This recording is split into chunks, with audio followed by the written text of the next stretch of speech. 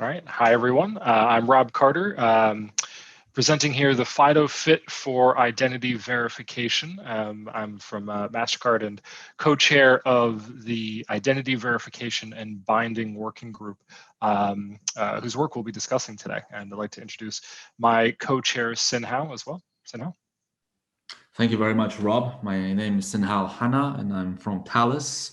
Also the co-chair for the ID Verification Binding Group, here to discuss with you the type of work that we're wanting to do for the industry, essentially. So before we get started, just wanted to talk about what is FIDO. I think most people out there are aware it's an industry alliance with a focused mission on authentication standards. And the authentication part there is key because the work that we're doing in the IDWG is slightly different than the authentication work that's traditionally been the purview of the FIDO Alliance. FIDO builds certification programs, market adoption programs, all that is well in line. But really what we're focused on is identity proofing as opposed to authentication, which begs the question, why FIDO and ID verification? So the authentication standards that FIDO has built have been proven to protect against account takeover. They're resistant against phishing, other trial-based attacks, very good user experience. But what happens if I lose my authenticator?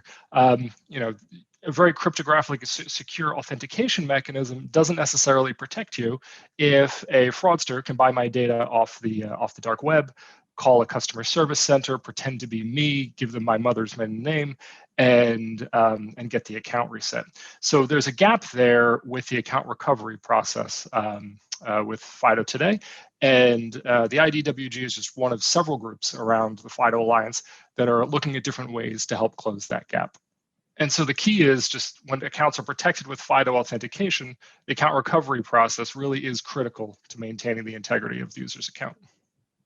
So starting with that goal of closing the gap with account recovery, we started to look at what are the market needs out there, because we want to stay away from passwords, which is pretty common fallback mechanism today. We want to stay away from knowledge-based authentication, so such as what street did I live on 2002. Again, this is all data that's easily phished, that people typically forget. It's able to be found online via the copious breaches that we've had over the years. So FIDO, so the way we look at this is FIDO promotes remote identity authentication through possession. Similarly, we promote identity proofing through possession. Now, this possessed item could be a government ID, it could be a device. There's a number of different mechanisms by which to tackle this problem. But broadly, there's no criteria that exists today for determining, what's good enough for verifying that possessed element when you're using it during identity proofing. The different relying parties out there are left to their own devices to establish acceptance criteria, perform bake-offs with test labs across different vendors, which is all very time-consuming. It's very expensive, and from what we hear from the vendor community, the testing done by the different relying parties tends to vary and doesn't typically align well with the real-world fraud vectors that they'll wind up seeing with these types of solutions when they go live. All right, so the identity proofing mechanism that we're starting with here is document authentication. There are a lot of vendors in the space providing document authentication solutions. It's a high assurance, possession-based identity proofing approach, which aligns well with the FIDO mission.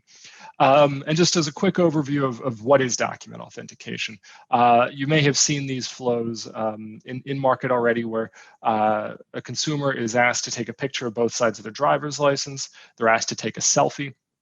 And then these different vendors in the market are able to look at those images and look for evidence of forgery or counterfeits in the document itself.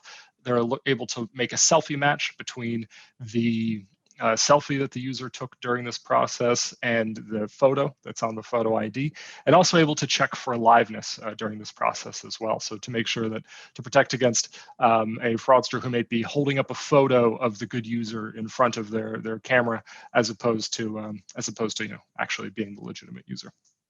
So we believe that leveraging document authentication during identity proofing for account recovery and enrollment, for that matter, has the potential to greatly improve the quality of the identity assurance and maintaining the integrity of accounts when they're protected by FIDO. Priorities and milestones. What are we doing about this? So up front, we're defining acceptance criteria for the identity document verification. So kind of what's good enough, like we talked about before, and then building a test program to support the adoption of those criteria. So those of you out there may be familiar with FIDO's biometric certification test programs. It's a very similar idea here, but with document authentication as opposed to just a traditional biometrics testing. And then moving forward, actually, I should say, starting really now, spinning up in earnest after the plenary, the FIDO plenary that we just had last week, we're going to be defining acceptance criteria for that facial similarity match. So moving beyond just the document authentication, now looking at the selfie match, also looking at the liveness detection capabilities there and putting certification criteria on those, adopting those into the program. And then as a separate parallel effort that we're working on within the group is a question around binding. And so essentially, what do we do after we have that identity proofing? We have the identity proofing exercise. We create a FIDO credential, kind of what happens between there. So I'll turn it off to Hsin Hao to talk more about the work we've done and where we're going. Thank you, Rob.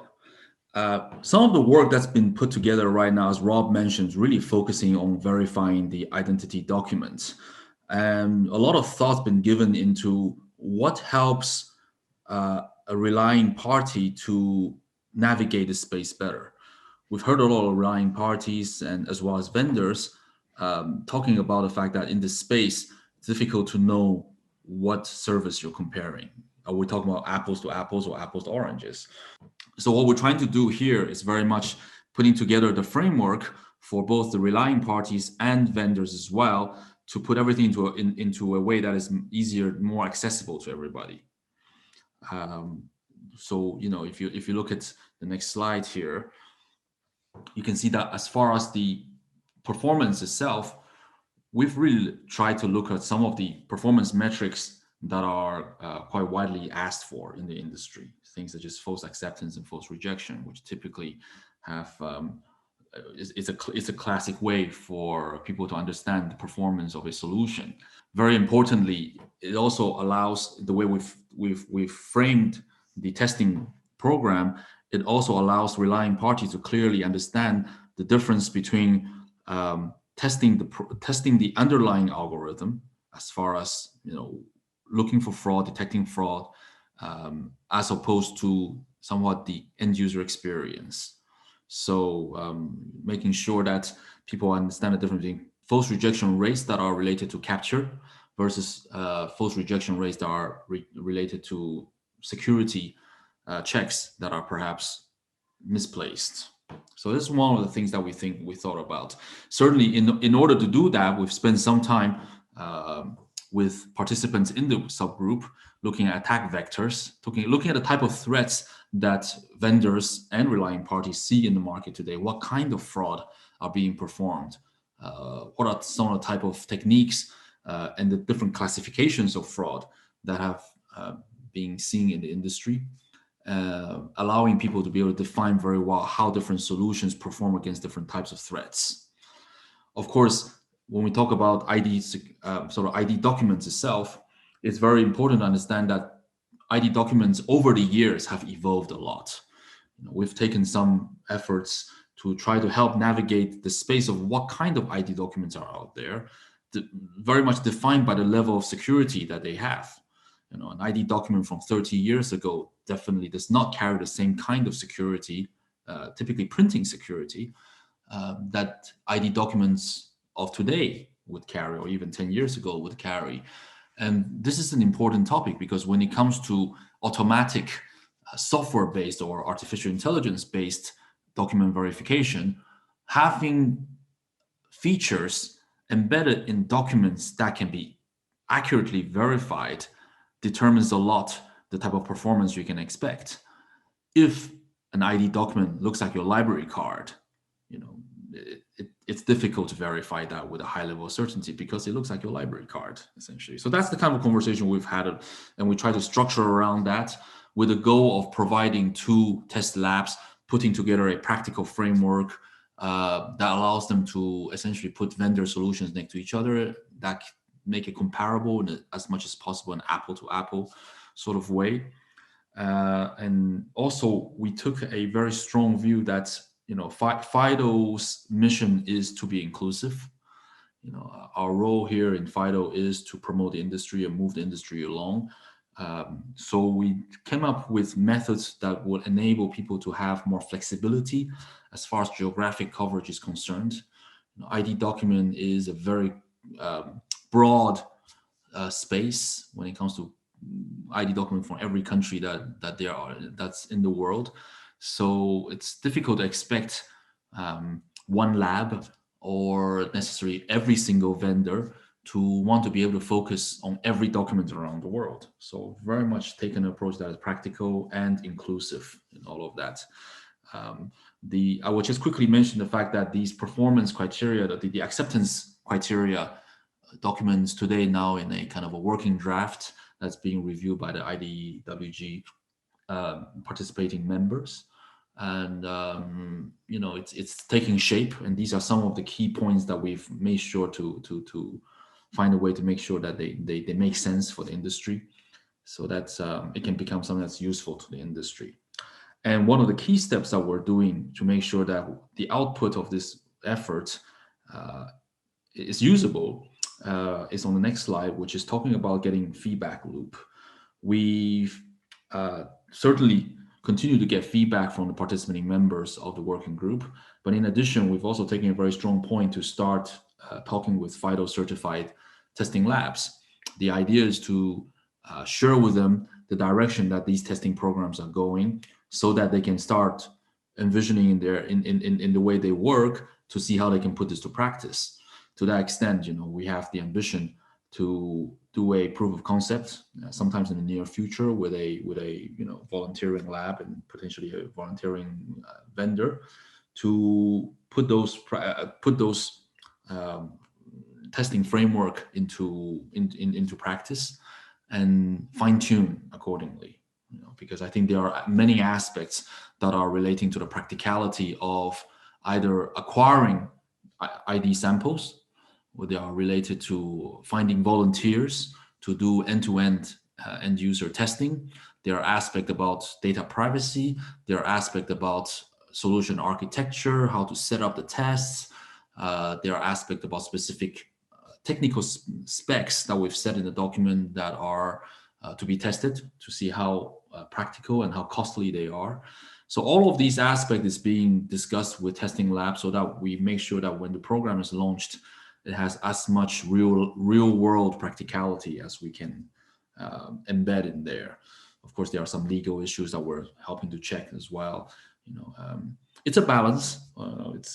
You cannot. There are certain standards that we need to set. The testing program is intended so that it provides relying parties some clarity on what they're getting when they see a FIDO certified vendor.